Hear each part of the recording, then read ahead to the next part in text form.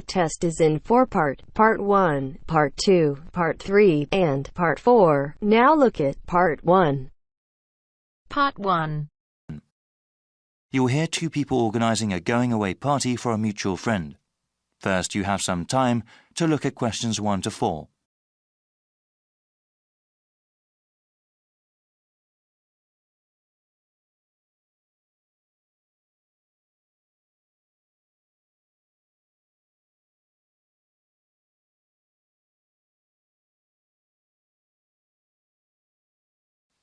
Now we shall begin. You should answer the questions as you listen, because you will not hear the recording a second time. Listen carefully and answer questions 1 to 4. Hey Bruce, looks like we got some planning to do for Albert's going away party, right? There are certainly some things we have to talk about now. Yeah, that's better than doing everything at the last minute. OK, so I can write some notes as we talk. Sure thing. So, when should we have the party? He goes to Thailand on the 26th of August. OK, let's have it on the 24th then. Yes, let me see. That's a Friday. That'd be perfect. Now, where should we have it? At a bar or a club? You know, I think he would like something really intimate, nothing too loud. A restaurant would be good. Maybe the Apple Tree Grill? Great place, sounds good.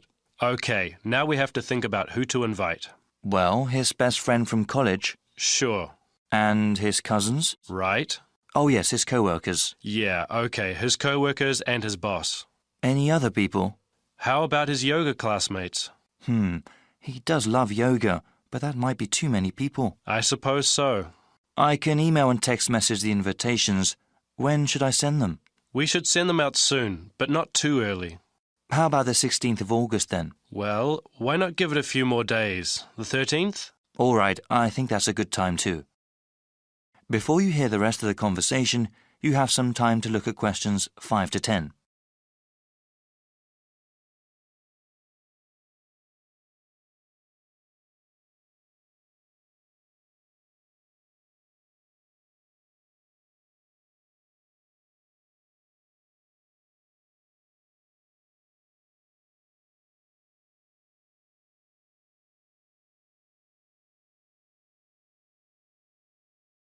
Now listen and answer questions 5 to 10. OK now, we have to think of a gift. Should we all get one? No, I was thinking we could all give money for the party and the gift. You know, something really nice. Yeah, that'd be better than getting him little things individually. I can ask for the money. Thanks for doing that. How much should we ask for? I think we should ask for maybe $15 each. Is that too much? No, not at all. He's going away for 2 years. That would give us about $150. That's a good amount. Yeah, well, I'm thinking we could get him something practical. Yes, especially since he's going abroad. Something he could use, something that's also portable. We could get him an article of clothing, perhaps, or maybe even a pair of shoes. Shoes are nice, but they might wear out easily, especially where he's going. Maybe a book light? A what? Yeah, he loves to read, and a book light would be very convenient when he travels. OK, that's one good gift idea. Did you write that down? Yep. Now, we need to think about reservations at the restaurant. Well, we should get their big banquet room, yeah? Yes, definitely. Should we ask the restaurant to prepare a buffet? Isn't that expensive? No, I don't think it is. A buffet dinner sounds cheaper than everyone ordering individual meals. Definitely. How about drinks? They can buy drinks themselves, or bring their own. OK. Yeah, it would cost too much if we bought drinks ourselves. Certainly. We have to ask someone to bring an MP3 player. The restaurant has speakers and we can hook it up for music. Sounds good. Actually, there is one more thing that I thought we should do since Albert is leaving for such a long time. What were you thinking of? Maybe we could have a slideshow of all the fun times we've had. That'll take a little bit of work, but I think it's a great idea. Actually, in the invitation, can you ask for some photos people have of him? Yeah, definitely. I can scan them or people can send me digital photos they have. All right. I'll tell them when I send out the invitations. Then I can make a little presentation. I can't wait to see his reaction. Yeah, especially that one picture where... That is the end of Part 1. You now have half a minute to check your answers.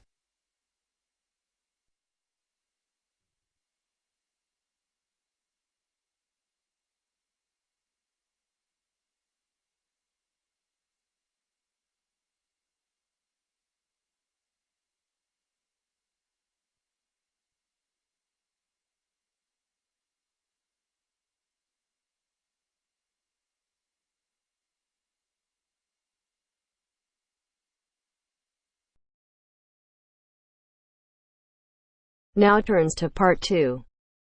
Part 2. You will hear Laura talk about this year's International Food Festival. First, you have some time to look at questions 11 to 14.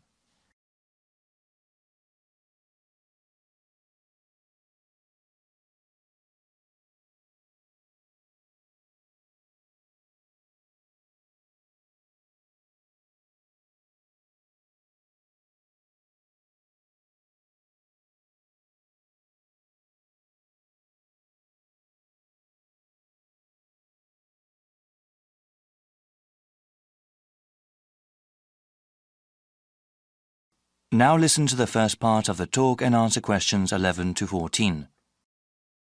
Good morning, everyone. Today we have a special guest speaker. Laura Lanthor is director of the International Food Festival this year. Laura, can you tell us about what to expect at the festival? Of course, Vincent. This spring, people in the city can go to the 7th Annual International Food Festival. This is a special event for the whole family. I do have to tell you, though, we are holding it at a different date than before. Easter is exceptionally early this year, and if the festival were held as usual, it would have fallen on the same weekend. This year, the festival will be held on the first week of April, before Easter. The festival will be held at the Walker Field grounds and will be divided into 4 main areas. There will be a Western food area with authentic representations of European cuisine. There will also be an East Asian section with chefs and products from Japan, Korea, and China. A South Asian section will have food from India, Vietnam, Thailand, and Indonesia. For the first time this year, we will also have a Latin American section where people can try things from Mexico, various Caribbean countries, and South America. There will also be special booths where people can learn about all these cuisines. This year, we are expanding the cooking workshop and demonstration portion of the festival. Attendees last year really seemed to like learning about food and having a hands-on experience. Before you hear the rest of the talk, you have some time to look at questions 15 to 20.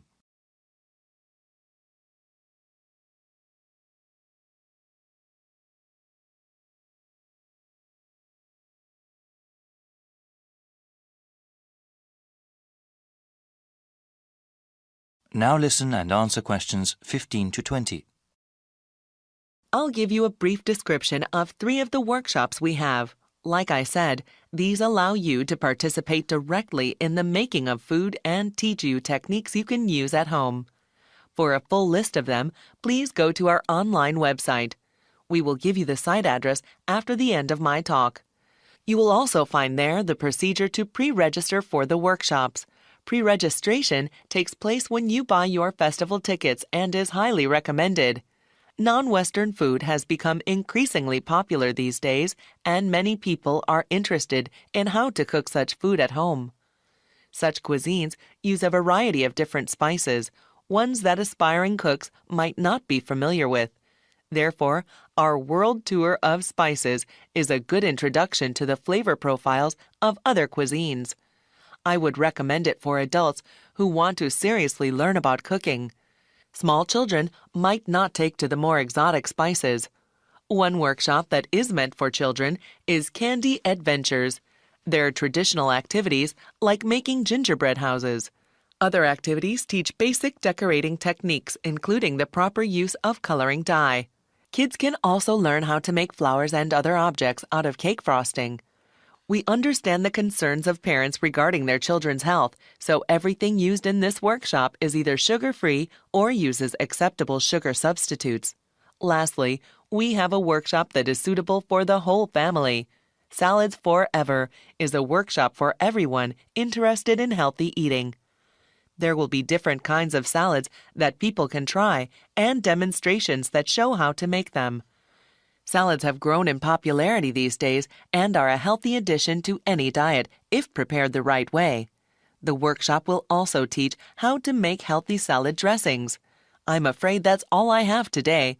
Please visit the festival website for more details.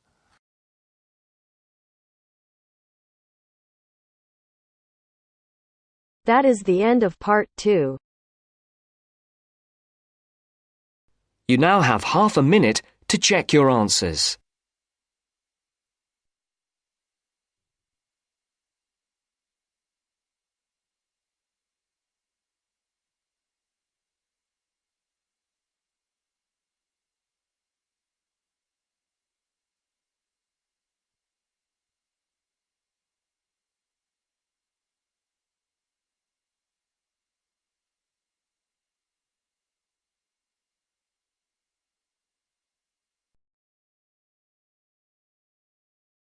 Now turns to Part 3. Part 3.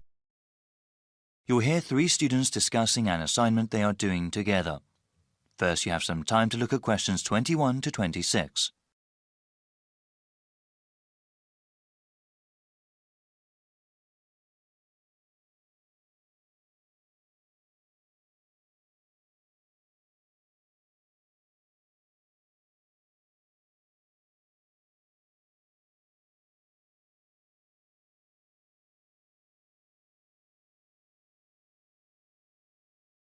Now listen carefully and answer questions 21 to 26. Hi, Alice. Wow. I'm about 15 minutes late. Sorry about that. The bus got stuck in a lot of traffic. You want to go over the presentation we have to do now, or get something to eat? No problem. There's always traffic at this time. Juan and I were thinking we could eat afterwards, so we could relax and enjoy our meal. Sounds good. So let's go over what we have to do again. OK, well, since it's a long presentation, we'll work together on the different parts of it. What did we decide to call it again? I think it was Eastern European economies move towards democracy and capitalism. The professor said the presentation had to be how long? He said about 35 minutes. That is how long the 3 of us are supposed to present. Then there will be a 10-minute question and answer session. Any student or the professor may ask us a question regarding the topic. Our grade also depends on how well we do in that part. We also have to write a summary of our presentation, right? Yes, the summary of our presentation has to be submitted 1 week before our presentation date. It must be 500 words. How are we going to do the presentation? I thought we could give the class a basic handout, like an outline of our presentation. We could even create a poster with a map of the area we were talking about. Well, I was thinking we could make a slideshow using computer software and then using a projector during our presentation. People pay more attention to images on a screen. Well, actually, I've never really used that kind of software. I always thought a basic handout or poster was sufficient. I think giving the information we have with visuals like that will really make our presentation stand out. Well, it would have to be done really well to make any sort of impact, and I'm not sure if that would be a good use of time. Maybe it would be better to spend that time on research and writing. I don't think it would take away that much time. Well, all of us have to research the assignment well and write a really good presentation. I think making a fancy visual presentation wouldn't help. Actually, I think such slideshows are distracting. People focus more on the images on the screen than what the presenters are saying. I'm still not sure I agree with you. Before you hear the rest of the discussion, you have some time to look at questions 27 to 30.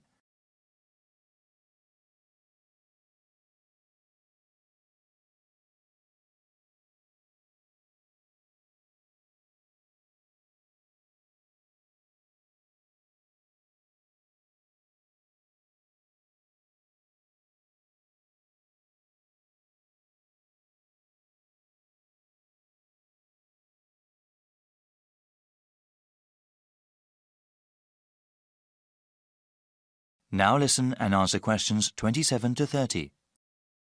All right then, let's go through some of the reading material. What was the main text we had? It's called The Political Economy of the Former Soviet Bloc by Fovac. That's spelled F-O-V-A-C? Yes, that deals with the specific area of Europe we are researching. There is also An Economy in Transition by Smith. That one is published by the University Press. Well, the professor suggested another useful book, one that focuses on the leadership of those countries. Sometimes the personalities of those in power affected historical events. It's called Foisted into Power by Brown, published by the Academic Press in 2005. Well, We still have to plan out a few more things, but I am quite hungry now. Shall we get a snack before we proceed? Definitely. I'm getting a sandwich. I need some rice with lentil curry, that's for sure. Let's go to the all-campus dining center then.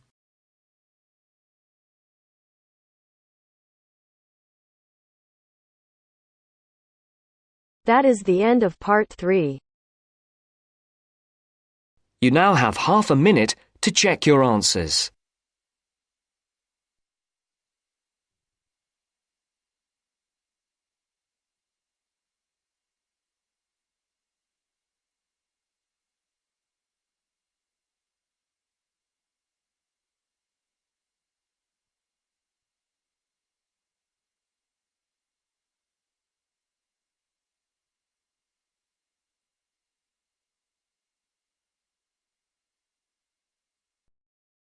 Now turns to part 4. Part 4. You will hear a student representative explaining the views of the student body about how a large donation to the school should be spent. First, you have some time to look at questions 31 to 40.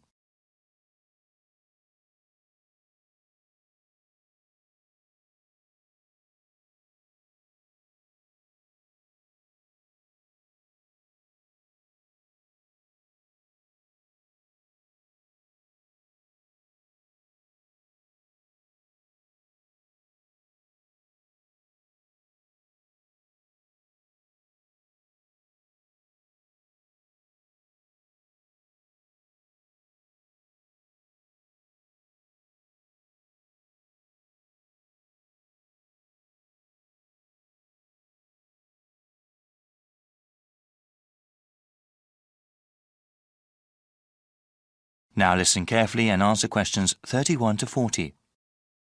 Thank you, Mr. Chairman, for asking the student body about the recent large donation to our school and what it should be spent on. Also, thank you to the rest of the Board of Trustees for letting us have some say over how to improve our university. We know that sometimes students and administration have different priorities regarding the development of the school, but we hope you sincerely consider some of the ideas that are proposed. When the estate of Paul A. Modrib announced that he had left over $50 million to the school, the whole community was quite ecstatic and very grateful for such a generous gift. Since the initial euphoria has passed, though, we have all realized that some tough decisions have to be made. The donation can help fund new projects for the school or improve existing facilities and programs. But there is not enough money to pay for every single idea.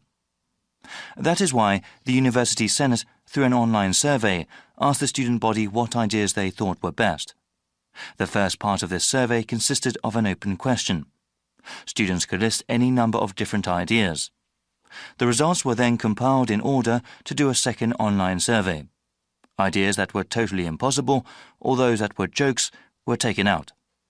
All the ideas that consistently came up again and again were put to a vote.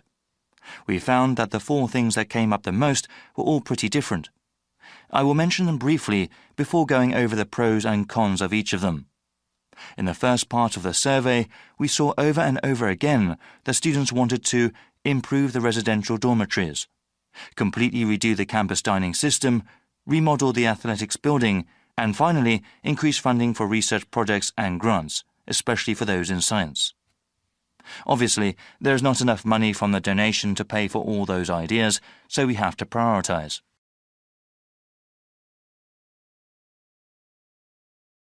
The ideas that got the most votes were improving the residential dormitories and completely redoing the campus dining system.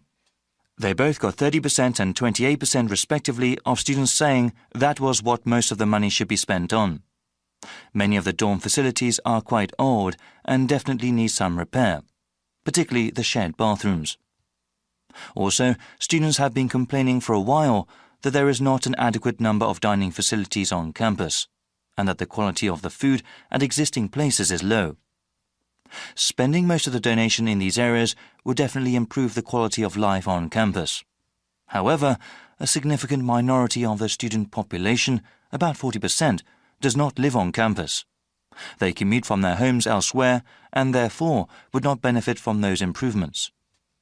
25% of students thought improving the athletics building was the best use of the money, and 17% voted for giving money to research projects for science. There are many people who are attracted to our university because of our athletics programs, so improving the building would improve the reputation of the university. Only a small percentage of students actually ever use the athletics building, however. Though it received the fewest votes, giving money to university research projects has great potential. Any new patents that come about because of that research can possibly earn the school lots of money. That is the end of part 4. You now have half a minute to check your answers.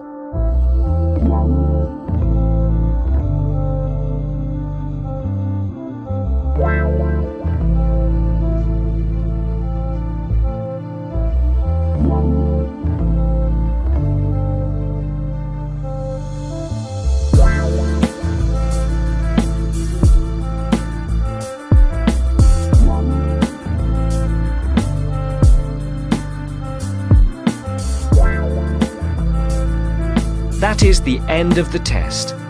You now have 10 minutes to transfer your answers to your Ielts listening answer sheet.